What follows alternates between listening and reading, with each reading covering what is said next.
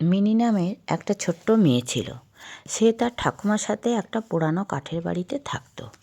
সেই বাড়ির পিছন দিকে ছিল একটা ঘন জঙ্গল। একদিন রাত্রে পূর্ণিমার আলোয় যখন সব নীরব, মিনি তার জানলার পাশ থেকে দেখলো জঙ্গলের গাছগুলো যেন নড়ে উঠছে। প্রথমে সে ভাবলো বাতাসের কারণে, কিন্তু বাতাস বইছিল না। গাছগুলো যেন নিজেদের শেকড় মাটির নিচ থেকে টেনে তুলছে আর হাওয়ায় ভাসছে। তাদের ডালপালাগুলো সাপের মতো একে অপরের সাথে পেঁচিয়ে যাচ্ছিল। মিনি ভয়ে কাঁপতে শুরু করলো।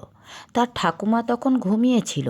সে দেখলো একটা বিশাল গাছ, যার ডালপালাগুলো ভূতের হাতের মতো ধীরে ধীরে তাদের বাড়ির দিকে এগিয়ে আসছে।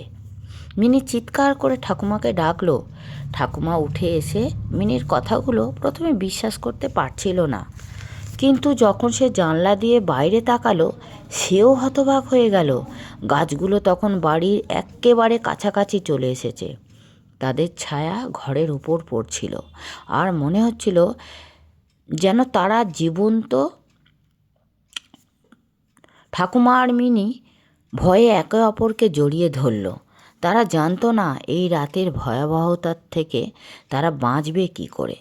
গাছগুলো দীর্ঘ কঙ্কালসার ডালপালাগুলো যখন জানলার কাঁচ আঁচড়াতে শুরু করলো, তখন ঠাকুমা হঠাৎ মনে মনে এক পুরানো মন্ত্র পড়তে শুরু করলেন। তিনি বুঝতে পেরেছিলেন এগুলো সাধারণ গাছ নয়, এগুলি হলো সেই অভিশপ্ত বন, যা প্রতি 100 বছর পর পর একবার জেগে ওঠে এবং রক্তের সন্ধানে লোকালয়ের দিকে এগিয়ে আসে। গাছগুলো মাটির ওপর দিয়ে তাদের শেকড় টেনে টেনে বাড়ির চারপাশ ঘিরে ফেলে। বাতাসের শব্দে যেন তাদের ফিসফিসানি শোনা যাচ্ছিল। হঠাৎ সবচেয়ে বড় গাছটি আর তার শিকড় বাড়ির দরজা ভাঙার চেষ্টা করল।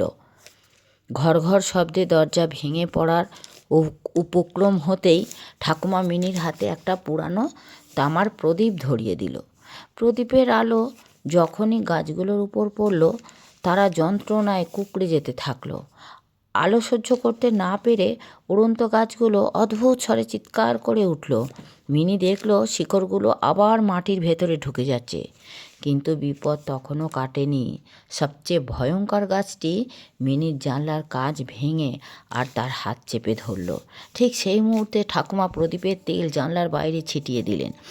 আগুনের এক শিখা জ্বলে উঠল, আর গাছগুলো দাউ দাউ করে জ্বলতে শুরু করলো। মুহূর্তের মধ্যে পুরো জঙ্গল যেন আগুনের গোলায় পরিণত হলো। পরদিন সকালে সূর্য উঠল। মিনি আর ঠাকুমা বাইরে বেরিয়ে স্তম্ভিত হয়ে গেল। সেখানে কোনো পুরন্ত অবশেষ ছিল না, কোনো ভাঙা ডালপালাও ছিল না। জঙ্গলটি ঠিক আগের মতোই শান্ত, কিন্তু মিনি জানলার নিচ মাটিতে গভীর গর্ত আর বড় বড় শিকড়ের দাগ রয়ে গিয়েছিল। সেদিন থেকে মিনি আর পূর্ণিমার রাতে জানলাটার বাইরে তাকায় না, কারণ সে জানতো ওই গাছগুলো মরে যায়নি, তারা শুধু আবার জেগে ওঠার অপেক্ষায় মাটির নিচে ওত পেতে বসে আছে। গল্পটি ভালো লাগলে একটা সাবস্ক্রাইব করে দেবেন আমাদের চ্যানেলকে।